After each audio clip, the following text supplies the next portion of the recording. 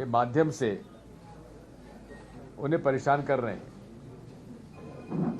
झूठे केस लगाए जा रहे हैं, उनके मकान तोड़े जा रहे हैं, जमीनों पर कब्जा किया जा रहा है।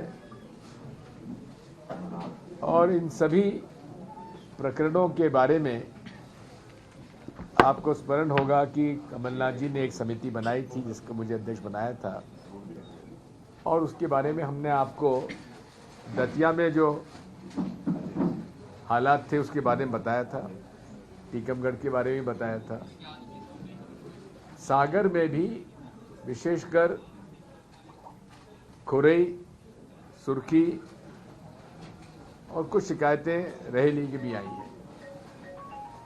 कमलनाथ जी का मुझे निर्देश मिला था, क्योंकि मैं भारत जोड़ो यात्रा में व्यस्त था, कि मुझे सागर जाना चाहिए तत्काल।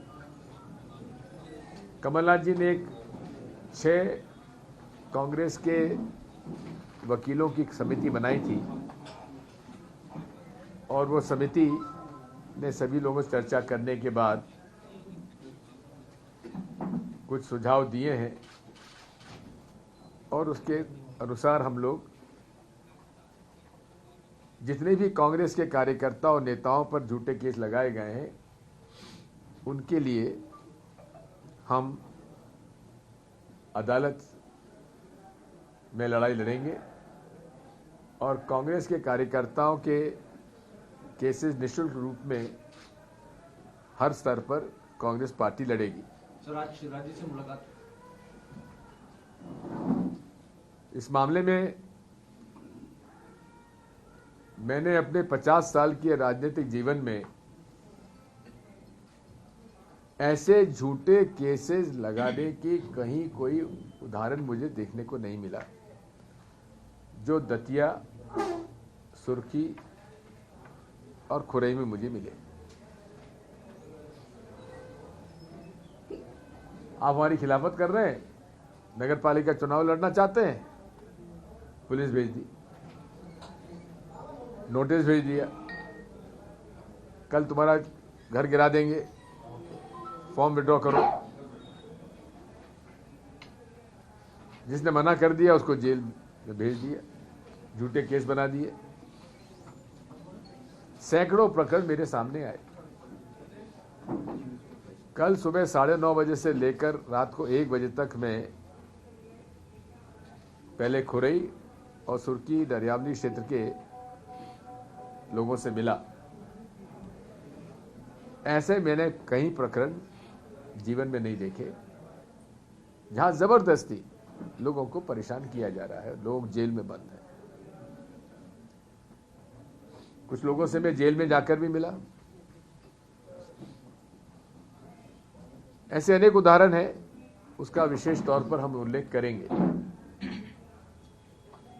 कल शशांक शेखर जी हमारे वरिष्ठ वकील हैं, वो भी कल सागर आए थे, उनके साथ हम लोगों ने मीटिंग करी है, और हर जिले में 2 वकील कांग्रेस पार्टी के तैनात किए जा रहे हैं जो कि सारे केसेस लड़ेंगे। इन सब बातों को लेकर हम आज मुख्यमंत्री जी से मिले थे। प्रदेश कांग्रेस के अध्यक्ष कमलनाथ जी, विपक्ष के नेता डॉक्टर गोविंद सिंह जी और मैं, और हमने ये मांग उनसे की है कि इसकी जांच होना चाहिए। झूठे प्रकरणों का हम लोग जांच कराना चाहते हैं। जो वाकई में अपराध उसने किया है, हम लोग उसको कोई समर्थन नहीं करेंगे, लेकिन जहां झूठे प्रकरण में लोगों को जेल भेजा गया है, केस डायरी नहीं भेज रहे हैं, चालान नहीं जमा कर रहे हैं, जमानत नहीं होने दे रहे हैं। एक प्रकरण में डॉक्टर आनंद राय के प्रकरण में जमानत रिजेक्ट हो गई, लेकिन आज तक उसका आदेश पोर्टल पे लोड नहीं हुआ, उसकी कॉपी उसको नहीं मिली, जिसकी वजह से वो सुप्रीम कोर्ट में अपना दावा भी पेश नहीं कर पा रहा। ये क्यों हो रहा है ऐसा? इस मामले में हम लोग विस्तार से चर्चा करेंगे। और हमने मांग ये रखी है कि दो विकल्प हैं,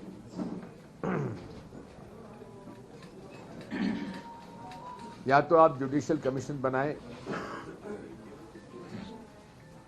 और हम लोग उसमें जितने भी ऐसे झूठे प्रकरण हैं उनके बारे में उनके सामने रखें, लेकिन उसमें समय बहुत लगता है। इसलिए हमने ये मांग की है कि मध्य प्रदेश विधानसभा के अध्यक्ष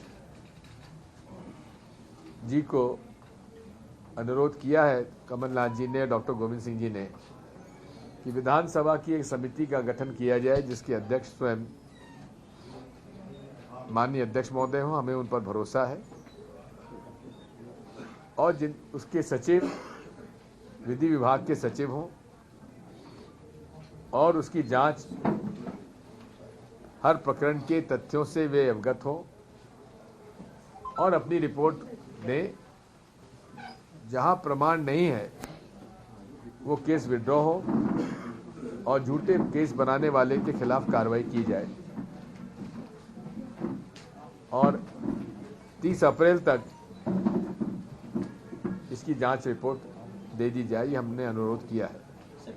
मुख्यमंत्री जी ने आश्वस्त किया है कि वे जांच करवाएंगे। सर, पूरे मध्य प्रदेश में लगभग कितने ऐसे केस हैं? कुछ संख्या, अगर जांच दल बन जाए तो कहां जाएगा? जांच दल जाने की जरूरत नहीं है। वो लोग स्पीकर साहब के पास आके अपना प्रकरण दें और लॉ मिनिस्ट्री, लॉ सेक्रेटरीट यहाँ पर है, उनका क्रिटिकली एग्जामिन करें, केस बनता भी है कि नहीं बनता है। अरे कई तो जिन्होंने शिकायत की वही गायब है, वो नहीं मिल रहे हैं। SC/ST एट्रोसिटीज एक्ट लगा दिया गया। एक हमारा कार्यकर्ता खुरई में चुनाव प्रचार नगर पालिका में कर रहा था, दोपहर में उसको बिठा के थाने में बंद कर दिया 151 में। 6:30 बजे छोड़ा, थाने में बैठा हुआ है और 6 बजे एक अनुसूचित जाति के व्यक्ति से शिकायत लेके कह दिया कि इसने मुझे गाली दी और मुझसे 300 रुपए मांगे। वो थाने में बैठा हुआ है, अपराधी, CCTV कैमरा के अंदर है और उस पर झूठा केस लग गया और आज तक उसे जमानत नहीं हुई। ऐसे अनेक प्रकरण सामने आए। जंगल राज हो गया। भारत जोड़ो यात्रा निकली, बांदरी एक कस्बा है, बंडा तहसील से लगा हुआ। भारत जोड़ो यात्रा निकली, उसमें विश्वनाथ यादव का ढाबा है, वहां उन्होंने उसका स्वागत किया। उसके ऊपर झूठा केस लगा दिया गया कि तुम्हारे घर पे महुए की शराब पकड़ी गई और आज भी जमानत उसकी नहीं हो पाई और पूरा ढाबा तोड़ दिया गया।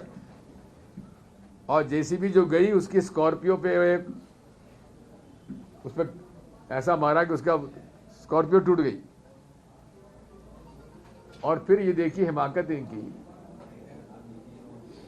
कि भूपेंद्र सिंह जी मंत्री जी के भतीजे उनके पास गए कि तुमको जो नुकसान हुआ उसके 20,000 रुपये हमने तुम्हारे खाते में डाल दिए। लाखों का उसको नुकसान करके 20,000 तुम्हारे खाते में डाल दिए। ऐसे अनेक प्रकरण देखने को मिले। और यही हालत हमारे माननीय मंत्री की हालत है सुर्खी क्षेत्र में। कहते 15,000 करोड़ का विकास मैं करवा रहा हूँ। वहाँ जरा जाके उनकी हालत देख लीजिए सड़कों की। ठेकेदार भी वही है, उनकी कंपनी भी ठेकेदार है और ठेका भी वही ले, जिसको कहते हैं उसको ठेका मिलता है। इतना आतंक मैंने कभी जीवन में नहीं देखा। 50 साल मुझे हो गए। हमने संवित सरकार भी देखी, भाजपा सरकार भी देखी, कांग्रेस सरकार भी देखी, लेकिन प्रतिशोध की भावना से कितना ये लोग काम कर रहे हैं, किस तरह से पुलिस प्रशासन और पैसे के बल पर ये लोगों को परेशान कर रहे हैं, ये कहीं उदाहरण देखने को नहीं मिलता है। मैं तो इस बात को कहता हूं, अगर मुख्यमंत्री जी ने यह जांच समिति के लिए उन्होंने सहमति नहीं दी और जांच शुरू नहीं हुई, तो कांग्रेस पार्टी को जेल भरो आंदोलन शुरू करना पड़ेगा और वो लोग हम लोग करेंगे। चलिए, हमारे कार्यकर्ता को जेल भेजा, चलिए हमको भी जेल भेजिए, हम उनके साथ जाएंगे, लेकिन कांग्रेस के कार्यकर्ताओं का मनोबल नहीं टूटने देंगे। सर दतिया में भी यही तस्वीर है क्या? पूरी वहां तो करेला और नीम चढ़ा। ये भी मैं कह दूं और रिकॉर्ड करना चाहता हूं कि मैं बहुत दुखी रहा कि दिग्विजय सिंह ने भारत जोड़ो यात्रा के नाम मध्य प्रदेश में शक्ल बहुत दिनों बाद दिखाई है। ठीक है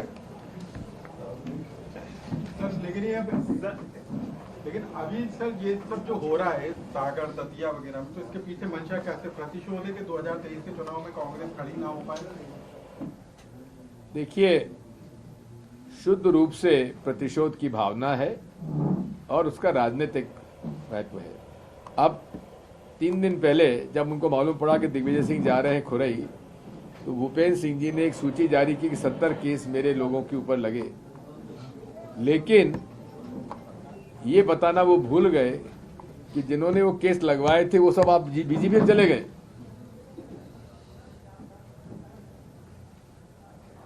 ये भी बात गलत है कि देखिए, ये पूरा प्रदेश गवाह है कि कांग्रेस के कार्यकाल में हमने ये राजनीति करी, बिल्कुल नहीं की, बिल्कुल कभी ये राजनीति नहीं करी। आपको कभी कोई शिकायत आई? मेरे पास कौन सी शिकायत नहीं आती थी, मुख्यमंत्री से लेकर नीचे तक, पर मैंने इस प्रकार की राजनीति करी नहीं। आज तक आपको पूरी सच्चाई नहीं पता ईवीएम की, ई टेंडर की, आपको पूरी सच्चाई हनी ट्रैप के बारे में नहीं पता।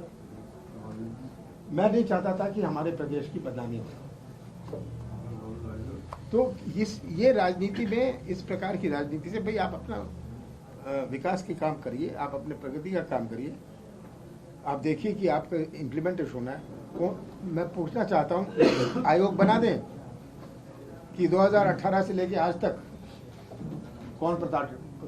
हमारे कार्यकाल में भी मैं स्वीकार करता हूं, ये करें। भूपेंद्र सिंह तो यही कह रहे हैं कि मेरे और मेरे परिवार को प्रताड़ित किया तब 15 महीने की सरकार में। सबसे पहले अगर मैं पोल खोल दूं, मैं खोल दूं अभी, अगर आप ये भूपेंद्र सिंह को घर मैंने उसका तक नहीं लिया और उसका घर सुरक्षित रखने के लिए मैंने नकुल के नाम पर किया, क्योंकि सब मंत्री मेरे पीछे पड़े थे और ये कह रहे प्रताड़ित किया, क्योंकि ये सब मंत्री पड़े थे कि ये घर चाहिए, ये घर चाहिए, ताकि उनके पास रहे। मैंने नकुल के नाम पर कर दिया। ये बात कर रहे हैं। उन्होंने रिक्वेस्ट किया था कमलनाथ जी को कि मेरा बेटा यहाँ पढ़ रहा है, ये घर मुझे रहने दीजिए। बिल्कुल, इसीलिए तो किया। कांग्रेस की सर, सरकार क्या ये लीगल था? आपने नकुलनाथ के नाम पर घर करके भूपेंद्र सिंह को दे दिया? मैंने भूपेंद्र सिंह को नहीं दिया, मैंने नकुलनाथ के नाम किया, मैंने विकेट नहीं कराया। उन्होंने मेरे से टाइम मांगा था, सही था बिल्कुल। मैंने कहा ठीक है, ये कह रहे मेरे बच्चे पढ़ रहे हैं, अभी मुझे यहाँ से मत हटाइए। तो मैंने कहा ठीक है, इतने महीने मत हटाइए। उसके बाद मेरे ऊपर इतना प्रेशर पड़ा, मैंने कोई उनके लिए कोई मैंने सोचा ये मानवता की बात है, बच्चे पढ़ रहे हैं, मैं क्यों करूं। मैं कोई उनके ऊपर एहसान नहीं कर रहा था और उनकी मांग भी गलत नहीं थी, सही बात उन्होंने बताई। तो अब क्योंकि मैं अपने लोगों से जो प्रेशराइज कर रहे थे मुझे, मैंने नकुल के नाम पर कर दिया ताकि वो मकान सुरक्षित रहे।